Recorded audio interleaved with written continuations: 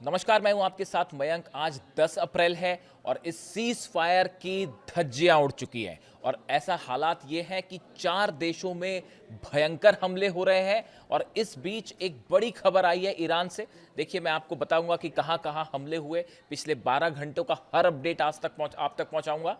लेकिन एक बड़ी खबर आई है ईरान से और खबर यह है कि ईरान में एक बड़ी बैठक हुई है सिक्योरिटी काउंसिल की, सेना के बड़े अधिकारियों की। और जो संकेत मिल रहे हैं, ईरान अब इस जंग में एक बड़े हमले की तैयारी में जुट गया है। जहां कहां तो एक तरफ बात हो रही थी कि सीज फायर है और जल्द जंग खत्म हो जाएगी, इस तरह की सब बातों को पीछे छोड़ते हुए ईरान ने अपने सभी कमांडर्स को आदेश दे दिया है कि एक लंबी जंग के लिए तैयार रहिए। और इतना ही नहीं, प्लान ये हो चुका है कि अब ईरान की तरफ से ये कह दिया है कि बहुत हुआ, अब एक निर्णायक हमला करेगा ईरान। अब ये हमला क्या होगा, इसको लेकर तरह तरह के कयास लगने लगे हैं कि भाई आखिर ऐसा क्या अटैक करने जा रहा है ईरान। देखिए, इसके साथ एक और बड़ी खबर ये भी है, ईरान ने ये भी कहा था जब ईरान के खार्ग आइलैंड पर हमले हुए थे, अगर आपने नोटिस किया, ईरान की सेना की तरफ से ये बयान आया था कि अब ये हमले जो हैं रीजन के बाहर होंगे। इस बात का क्या मतलब था, देखिए नोटिस करिए इन दोनों बातों को। ईरान की तरफ से ये कहना कि अब रीजन के बाहर हमले होंगे, क्या आईसीबीएम की तरफ इशारा हो रहा है? और उसके बाद अब ये कहना ईरान का कि अब एक बड़ा हमला होगा, एक सरप्राइज एलिमेंट आएगा, इसकी तरफ ध्यान दीजिए। और एक लंबी जंग के लिए तैयार रहिए। यानी ईरान इस बात को मान के चलता है कि सीज फायर जैसी तमाम बातें जो हैं वो किसी मतलब की नहीं है। देखिए, अली खामेनी साहब ने पहले ही इस बात को कह दिया था कि अमेरिका के साथ किसी बातचीत का कोई मतलब नहीं है। ये बात अली खामेनी साहब पहले दिन से जानते थे। जब वो पहले 6 दौर की बातें हुई थी तभी उन्होंने ये कह दिया था कि अमेरिका से, ट्रंप से बात करने का कोई मतलब नहीं है। और देखिए, उनकी कही एक एक बात सच साबित हो रही है। और इसीलिए मैं हमेशा कह रहा हूं, जो अली खामेनी साहब ने कहा उन्हीं के कहने के मुताबिक ही मैं हमेशा ये बात कहता रहा हूं कि अमेरिका से किसी तरह की बातचीत का कभी कोई निर्णय नहीं निकलेगा। और अब इस बीच में जो बड़ी खबर निकल के आई है वो ये, डोनाल्ड ट्रंप को चाहिए ईरान का यूरेनियम।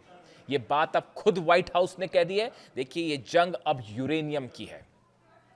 और दूसरा बड़ा एंगल फंस गया है हॉर्मूज का। ये 2 पॉइंट हैं जिस पर कभी सीज फायर नहीं हो पाएगा और मिसाइल जो है ईरान कभी छोड़ेगा नहीं। ये 3 मुद्दे ऐसे हैं जिस पे ये कोई डील संभव ही नहीं है। देखिए, जो खबरें आ रही हैं पाकिस्तान से, उसके मुताबिक पाकिस्तान में कल बैठक होने जा रही है जिसमें ईरान की तरफ से ईरान के विदेश मंत्री शामिल हो सकते हैं, अब्बास अराक्ची साहब, या फिर ईरान के उप विदेश मंत्री शामिल हो सकते हैं और संसद के अध्यक्ष जो हैं गलीबाफ, वो शामिल हो सकते हैं। जबकि अमेरिका की तरफ से जेडी वेंस यानी कि उपराष्ट्रपति शामिल होंगे, जेरेड कुशनर, स्टीव विटकॉफ शामिल हो सकते हैं। इसके साथ साथ बैठक में पाकिस्तान के प्रधानमंत्री शहबाज शरीफ शामिल होंगे, मिलिट्री चीफ जो हैं आसिम मुनीर वो शामिल होंगे, और इसके साथ साथ पाकिस्तान के एनएसए भी इस बैठक में शामिल होंगे। इसके अलावा पाकिस्तान के विदेश मंत्री इशाक डार भी इस बैठक में शामिल होंगे और ये आमने सामने की बैठक है। देखिए, गौर करने वाली बात यह है कि इसमें ईरान का डेलीगेशन साथ होगा, अमेरिका का डेलीगेशन होगा और साथ में पाकिस्तान के कई बड़े नेता, प्रधानमंत्री खुद इसमें शामिल होने वाले हैं, ये खबर आ रही है। इसके अलावा देखिए, आखिर ईरान इस बातचीत के लिए, ईरान को तैयार करने के लिए अमेरिका की तरफ से ये कहा गया कि हम लेबनान से अलग से बात करेंगे। ईरान ने ये शर्त रख दी थी कि जब तक लेबनान में हमले नहीं रुकेंगे, लेबनान को भी सीज फायर का हिस्सा नहीं बनाया जाएगा, तब तक हम कोई बात नहीं करेंगे। जब ईरान अपनी बात पर अड़ गया, तब उसके बाद बातचीत करने के लिए एक बार फिर ट्रंप को झुकना पड़ा है, अमेरिका को झुकना पड़ा और ईरान को यह विश्वास दिलाया गया कि लेबनान से इजराइल अलग से बात करेगा। डोनाल्ड ट्रंप ने नेतन्याहू को फोन किया और उसके बाद नेतन्याहू की तरफ से बयान आया कि कैबिनेट को यह आदेश दे दिया गया है कि लेबनान से बातचीत की जाए। यानी एक बार फिर अमेरिका ने ईरान की शर्तों को माना है और ईरान के सामने झुका है। ये बहुत बड़ी जीत एक बार फिर ईरान की हुई है। देखिए, पहले हम यूरेनियम की बात कर लें। जो ऑपरेशन पायलट को बचाने के लिए हुआ था वो असल में यूरेनियम की जंग थी।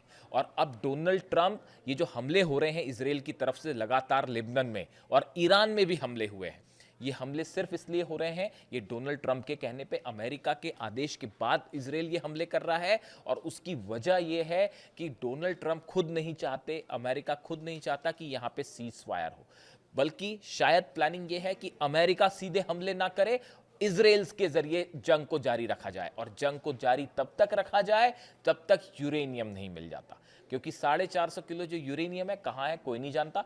और ईरान के पास यूरेनियम होने का मतलब है अमेरिका के सारी पूरी की पूरी जंग फेल, जितने उद्देश्य थे वो सारे फेल, और उसके बाद न्यूक्लियर बम बनाने से ईरान को कोई नहीं रोक पाएगा।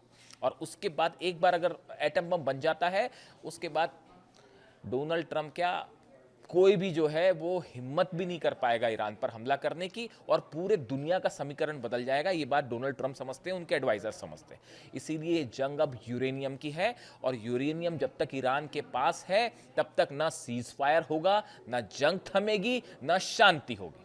ये बेसिक बात है जिसको समझिए। देखिए दूसरी चीज, straight of Hormuz. Straight of Hormuz पहले खुला हुआ था, उसको हमले के बाद अब वो बंद हो चुका है। और अब जैसा आपने देखा होगा खबरों में कि ईरान ने तो अब नया रास्ता बता दिया है कि देखिए यहीं से शिप निकालिएगा, वरना बारूदी सुरंगें बिछी हैं, वो लराक आइलैंड के दूसरी तरफ से घूमते हुए जाइएगा। अगर करीब से आप गुजरने के पुराने वाले रास्ते से जाएंगे तो सब जगह माइंस बिछी हैं और वो धमाके हो जाएंगे। मैंने आपको पहले ही कहा था कि डोनाल्ड ट्रंप ये चाहते थे कि सीज फायर हो और अमेरिकी सेना को वहां पे मॉनिटरिंग की जो है परमिशन मिल जाए और वहां से माइंस हटाई जाए। जब तक माइंस नहीं हटती तब तक अमेरिका का एक भी सैनिक स्ट्रेट ऑफ हॉर्मुज में कदम नहीं रख सकता, वरना धज्जियां उड़ जाएंगी। ये बात हर डिफेंस एक्सपर्ट समझता है। तो अब ये बात यहाँ पे आके फंस गई है। मैंने इसका जिक्र इसलिए किया क्योंकि ये जो बातचीत वाली बात हो रही है, एक दौर नहीं 1000 दौर की बातचीत हो जाए उसका कभी कोई निर्णय नहीं आएगा, क्योंकि इस सीज फायर की शुरुआत धोखे से करी अमेरिका ने। मन में धोखा है और एक्शन में भी धोखा है। यही बात अली खामेनेई साहब, इसीलिए कहा जाता था कि अली खामेनेई साहब जो है वो अमेरिका और डोनाल्ड ट्रंप की रग रग से वाकिफ है। और आज इसीलिए ईरान की सेना भी उन्हीं के नक्शे कदम पर चल रही है। इसलिए ये जो मीठी मीठी ऊपरी बातें हैं, कभी कुछ कभी कुछ कभी कुछ, इस पे ना ईरान की सेना को विश्वास है, ना ईरान के किसी नागरिक को विश्वास है, और वो एक लंबी जंग के लिए तैयार है। और मैंने आपको जो इशारे में कहा वो समझ जाइए कि ईरान की तरफ से अब एक बड़े हमले की तैयारी है। अब वो कुछ भी हो सकता है, अभी उसके बारे में स्पेकुलेशन करना ठीक नहीं है, लेकिन खतरे में है इजराइल का न्यूक्लियर प्लांट। बस इस बात को समझ जाइए आप। खैर आगे बढ़ते हैं। जेडी वेंस ने कहा है कि स्ट्रेट ऑफ हॉर्मुज में अगर नहीं खोला गया तो सीज फायर खत्म हो जाएगा। तो वो हमारे ईरान पहले से मान के चल रहा है, वो किसी सीज फायर को मान ही नहीं रहा है, वो जो करना है कर लो, वो तैयार है। उसने अपना एजेंडा दे दिया है कि साहब आप अगर इस एजेंडे पे बात करते हैं तब ठीक है, वरना जो करना है करिए। ईरान ने 3 पॉइंट भी गिना दिए। लेबनान पर जो हमले हो रहे हैं, ईरान ने कहा हमारा साथी है हिजबुल्ला और हम अपने साथियों को छोड़ के भागते नहीं हैं। ये बात पहले दिन से साफ है। तो लेबनान पर हमले रोकिए, यूरेनियम एनरिचमेंट का अधिकार हमारे पास रहेगा, और ये जो बीच बीच में हमले हो रहे हैं ईरान के ऊपर और सहयोगियों के ऊपर, इसको रोकना होगा। ये 3 शर्तों का उल्लंघन पहले दिन ही हो गया है इजराइल की तरफ से, अमेरिका की तरफ से। सीज फायर फेल है। अगर हम हमलों की बात करें, ईरान में करज में धमाके हुए हैं, शिराज में धमाके हुए हैं, अहवाज में धमाके हुए हैं। अब ये धमाके आईडीज के थ्रू हुए हैं या फिर किसी तरह के ड्रोन अटैक थे, इसका इंतजार करना पड़ेगा। लेकिन ईरान में लगातार हमले जारी हैं। इसका जवाब ईरान ने भी दिया है, और तेल अवीव समेत इजराइल के कई ठिकानों पर धमाकों की खबरें आ रही हैं। अब देखिए वो सीज फायर है, लेकिन वो बात का सीज फायर है, और ईरान पे जहां हमला होता है ईरान उसका फौरन जवाब दे देता है। जो सऊदी पर हमले हुए, इराक में हमले हुए, इराक में काउंसलेट पर फिर से हमला हुआ है, इराक में अमेरिकन सेना के बेसिस पर फिर से डायरेक्ट स्ट्राइक हुई है बगदाद में। तो ये ईरान के पलटवार लगातार जारी हैं। और जैसा स्टेटमेंट आया ईरान की तरफ से, कहा गया कि हमारे पास अभी 15,000 मिसाइल्स बची हुई हैं और हमारे पास अभी भी 45,000 ड्रोन बचे हुए हैं। ईरान की इस बात पर मुझे विश्वास नहीं है। इसलिए नहीं है क्योंकि मेरे मुताबिक ईरान के पास 50,000 के आसपास मिसाइल्स होनी चाहिए। समझे आप? तो भले ईरान ये कह रहा है कि हमारे पास 15,000 मिसाइल हैं, लेकिन मेरा एनालिसिस ये कहता है जंग में हर चीज़ बताई नहीं जाती। तो अगर कुछ लोग ये सोचते हैं, ये जो स्ट्रैटेजी चल रही थी डोनाल्ड ट्रंप की कि इनकी मिसाइल ख़त्म होने दी जाए, इनके ड्रोन ख़त्म होने दी जाए तो ये हमला नहीं कर पाए और जंग जीत जाएंगे, भूल जाइए। कम से कम 2 साल तक की जंग लड़ने को ईरान तैयार है। और जो एक्सपर्ट्स का कहना है, जब बयान आया ईरान का कि हमारे पास अभी भी 15,000 मिसाइल्स हैं, तो ये एक प्रकार से अब आप क्या कहा जाए समझ जाइए। मेरा एनालिसिस कहता है कि कम से कम 50,000 मिसाइल्स हैं ईरान के पास और 2 साल की जंग को तैयार है और बड़े लेवल पर प्रोडक्शन लगातार चल रहा है। चीन से जहाज़ पहुंच रहे हैं बारूद से लदे हुए, जो मिसाइल्स बनाते हैं।